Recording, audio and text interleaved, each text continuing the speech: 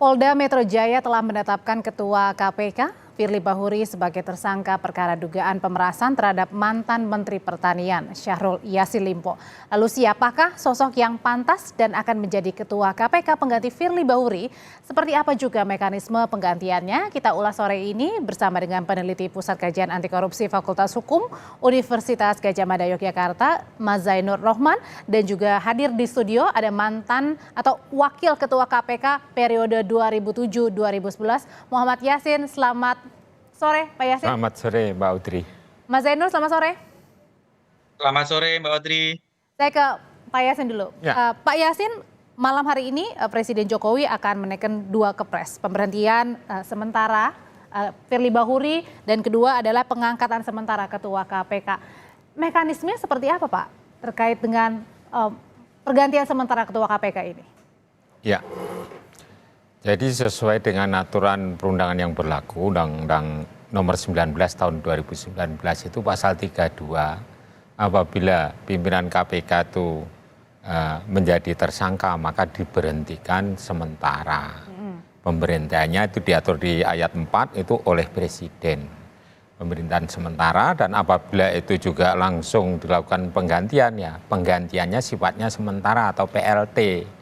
Mengingat ini pemilihan untuk pimpinan KPK periode 6 ini adalah mulainya Juni tahun 2024. Jadi artinya kurang lebih sekitar 6-7 bulan lagi. Ya, kalau menunjuk definitif nanti tidak bisa penuh 5 nanti untuk calon pimpinan KPK periode 6. Sebaiknya ini PLT saja, artinya pengganti sementara seperti yang pernah dilakukan pada KPK yang dahulu, misalnya Pak Tumpak Hatorangan pernah PLT, kemudian Pak Ruki PLT juga mengganti sementara, Pak Waluyo, kemudian Pak Ahmad Santosa itu juga sementara. Itu PLT-nya penggantiannya sebaiknya dari internalnya sendiri, artinya dipilih antar wakil Ketua KPK? Ya, judgement-nya seperti itu. Jadi mantan pimpinan KPK juga bisa, misalnya dulu juga pernah Johan Budi juga masuk sebagai PLT kan begitu.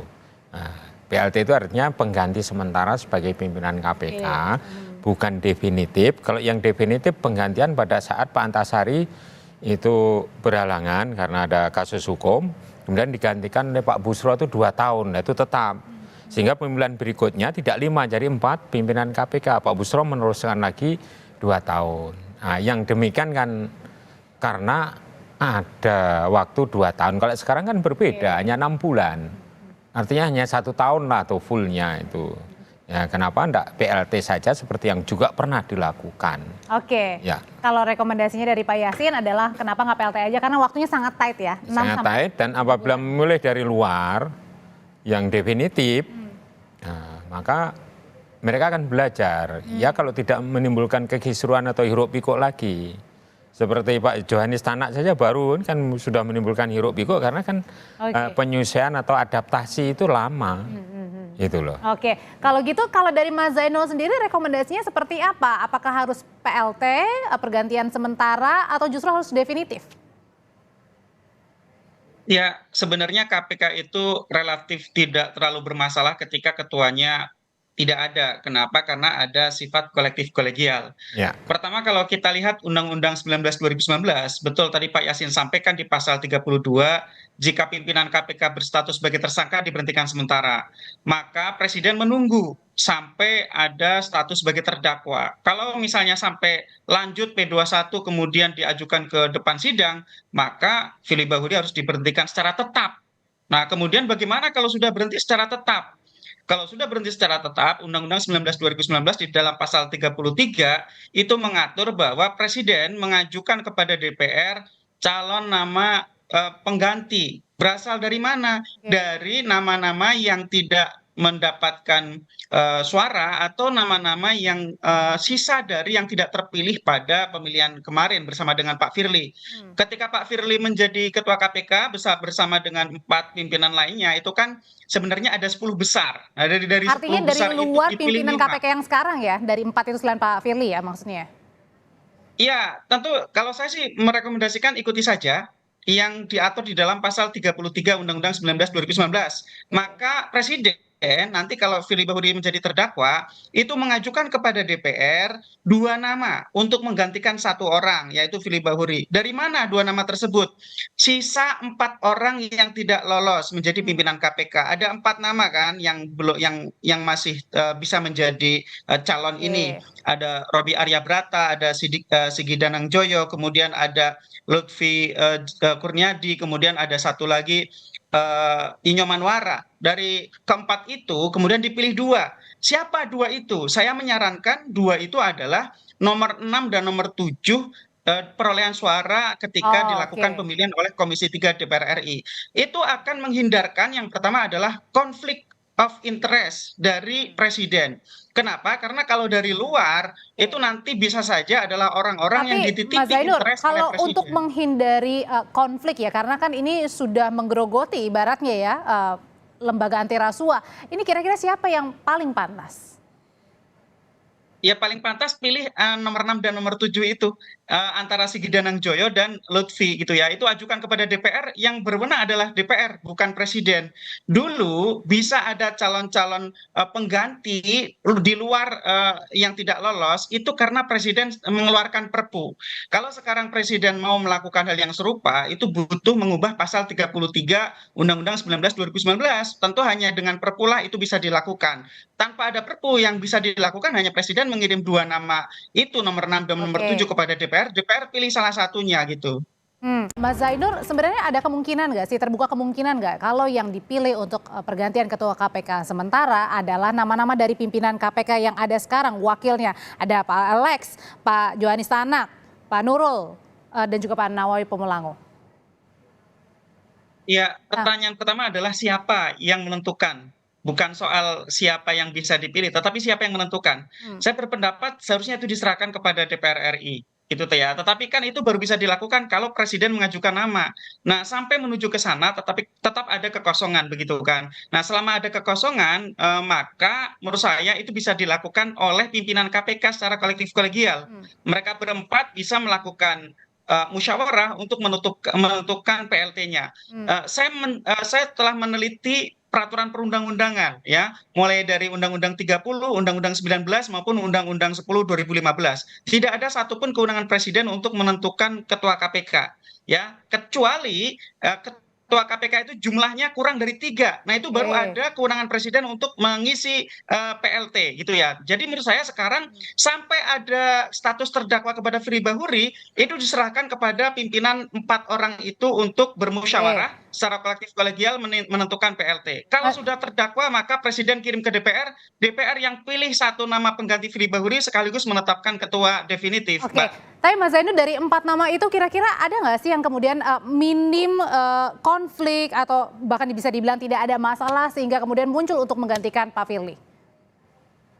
Menurut saya yang sekarang ada di dalam KPK itu tidak akan menyelesaikan masalah rendahnya tingkat kepercayaan publik kepada KPK. Artinya tidak Di ada? dalam KPK Di dalam KPK empat-empatnya sangat dipertanyakan oleh publik dalam berbagai kesempatan, memang sama-sama problematik. Hmm, Bahkan kemarin pun ada yang salah satu pimpinan KPK Alexander Marwata menyatakan tidak malu, tidak perlu minta maaf, harus mengutamakan presumption of innocence dan lain-lain. Kalah dengan lembaga-lembaga lain, Meskipun Pak Nurul kejaksaan, juga sudah minta maaf tadi. itu beda orang begitu ya. Oke. Kalau lembaga lain ada satu fusionarisnya itu Hmm, tertangkap tangan oleh KPK, itu langsung konver, meminta maaf kepada rakyat karena menciderai kepercayaan publik, bersedia untuk kooperatif, menyerahkan oke. sepenuhnya pada proses penegakan hukum. Bahkan partai politik saja bisa seperti itu, sedangkan KPK sebagai lembaga pemberantas korupsi, salah satu pimpinannya mengatakan tidak malu. Ini menurut saya sangat memalukan. Nah, jadi saya sih melihat saya tidak bisa mengharapkan dari 4 yang ada di dalam. Saya justru berharap salah satu dari luar, yaitu 4 nama di luar Baik. yang mereka itu adalah tidak terpilih di pemilihan bersama-sama dengan Pak Firly Bahuri. 2 nama nomor 6 dan nomor 7 Mbak Audrey Hmm, adalah Sigi Danang Joyo dan juga Lutfi oke. Jayadi. Itu Hmm. dari situlah Baik. yang bisa diharapkan Mbak Audrey. Oke, oke. Saya ke Pak Yasin sekarang, Mas Zainur sebagai pimpinan KPK periode sebelumnya. Pak Yasin, pernah nggak sih mengalami hal ini, ketua KPK-nya bermasalah? Terus gimana menindaklanjutinya untuk pergantian ketuanya? Pada saat itu Pak Chandra dan Pak Bibit kan ditahan oleh kepolisian atas dugaan penerimaan suap. Oke. Pak Antasari dia menjalani pidana umum, itu tinggal 2. Nah, dalam periode pelaksanaan 2 orang itu yang kurang lebih ya beberapa bulan lah, ada 6 bulan itu. Kita nggak ada gangguan apa-apa, kita tetap menjalankan tugas itu. Nah, kemudian setelah terbukti bahwa kasus yang dituduhkan ke Chandra dan Bibit itu adalah kasus rekayasa, maka dipulihkan kembali namanya, kembali ke KPK. Sedangkan PLT yang tadi sempat disinggung oleh Pak Zainur Rahman itu karena tinggal 2 diisi PLT tadi, PLT-nya kemudian cabut dari KPK diganti yang definitif 2 pimpinan KPK yang dipilih pada periode 2 itu yaitu Bibit dan Chandra kembali lagi. Kemudian masih 01 karena Pak Antasari kan tidak ada. Nah, dipilih lagi Pak Busro itu yang tidak ikut running di dalam pemilihan yang harus dipilih oleh DPR saat itu. Jadi tidak seperti urut-urutan nama yang diatur di dalam pasal 33 Undang-Undang 19 ini. Kalau dulu 29 Undang-Undang 30 tahun 2002. Itu. Artinya bahwa bisa saja ditetapkan dari luar. Tapi dalam kasus ini betapapun bagaimana masyarakat tidak percaya kepada KPK termasuk pimpinan lainnya setelah adanya ungkapan dari Alexander Marwata itu, ya saya kira serahkan aja 4 pimpinan itu sebelum menjadi terdakwa, biar dia itu memimpin bergantian seperti yang kami alami dulu itu. Jadi PLT ketua harian kita ini menetapkan dari dalam. Karena pimpinan KPK tidak harus 5, kalau memangnya 1 berhalangan ya 4 harus jalan seperti yang kita alami dulu. Yang kemudian 2-nya berhalangan lagi tinggal 2, masih jalan gitu loh. Masih jalan ya? Masih jalan, kita menandatangani penuntutan, penyidikan juga sah adanya, lebih dari 1. Masih bisa kolektif kolegial, 2 orang kok. Pak Yasin, tapi kalau sekarang case-nya, Pak Firly-nya sudah jadi tersangka, tapi belum ada pemberhentian sementara. Nah ini gimana, mengganggu nggak kinerja, termasuk juga internal dari pegawai KPK sendiri? Ya, kalau pegawai KPK, penyidik dan penuntut umum dalam kaitannya dengan masalah penindakan, ya itu saya kira tidak terganggu, berjalan sebagaimana biasa. Pimpinan KPK itu misalnya kurang dari 1, itu pun juga tidak masalah sebenarnya kalau untuk melaksanakan tugas. Karena kita itu membangun capacity building dengan kuat itu, artinya tidak sepenuhnya tergantung pada pimpinannya. Nah, tapi kan permasalahannya sekarang ketua KPK sudah tersangka, masih menjabat sebagai ketua KPK. Tadi juga ada OTT dan perbedaan sikap juga antara tadi malu dan tidak mau minta tidak. Ya harus mundur atau segera ditahan. Karena itu kalau enggak bikin manuver yang nanti bikin hiruk pikuk yang lain. Karena backgroundnya itu Karyoto dulu itu ya pernah diberhentikan oleh Firly. Nah kan begitu, ini secara awamnya ya. Kemudian Karyoto mentersangkakan Firly. Bisa saja tuh ada timbul balas dendam gitu. Wah ini saya balik, saya tersangkakan si Karyoto, kan tidak menutup kemungkinan seperti itu. Spekulasi di masyarakat kan berkembang kayak seperti itu. Karena Firly sendiri masih memimpin gelar perkara itu yang dimulai dari hari Senin sampai hari Jumat itu dia masih ikut yang terakhir itu. Karena memang dia belum berhenti.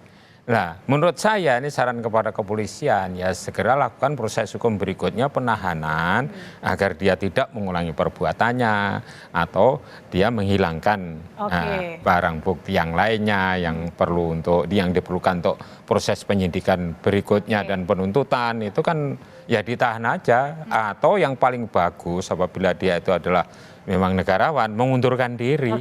Pilihannya tadi ya cepat ataupun mengundurkan diri ya. Ya. Seperti itu ditahan atau mengundurkan diri. Kalau dari Mas Zainul sendiri, pandangannya Mas, sudah jadi tersangka ketua KPK-nya, tapi tadi juga masih ada pelakuan OTT KPK, gimana di dalam internal juga KPK?